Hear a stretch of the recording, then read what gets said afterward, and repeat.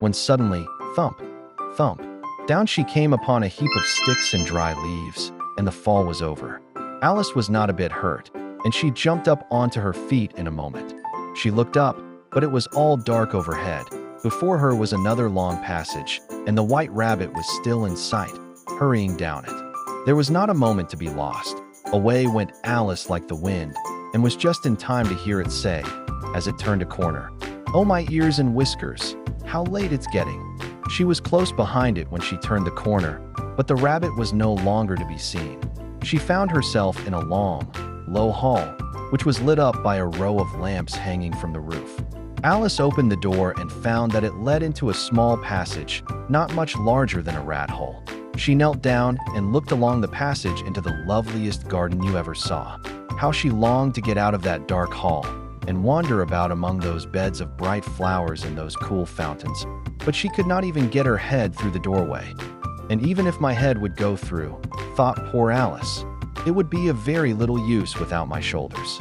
Oh, how I wish I could shut up like a telescope. I think I could, if I only knew how to begin. For, you see, so many out-of-the-way things had happened lately, that Alice had begun to think that very few things indeed were really impossible.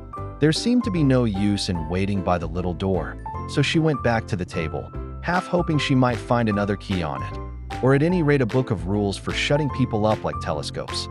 This time she found a little bottle on it, which certainly was not here before, said Alice, and round the neck of the bottle was a paper label, with the words, "Drink me," beautifully printed on it in large letters.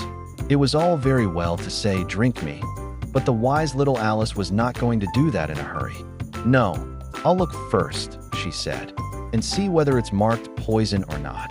For she had read several nice little histories about children who had got burnt and eaten up by wild beasts and other unpleasant things, all because they would not remember the simple rules their friends had taught them, such as that a red-hot poker will burn you if you hold it too long, and that if you cut your finger very deeply with a knife, it usually bleeds, and she had never forgotten that, if you drink much from a bottle marked poison, it is almost certain to disagree with you, sooner or later.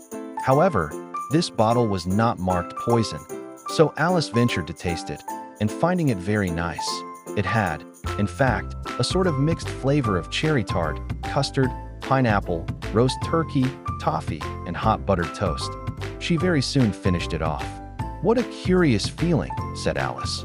"I must be shutting up like a telescope."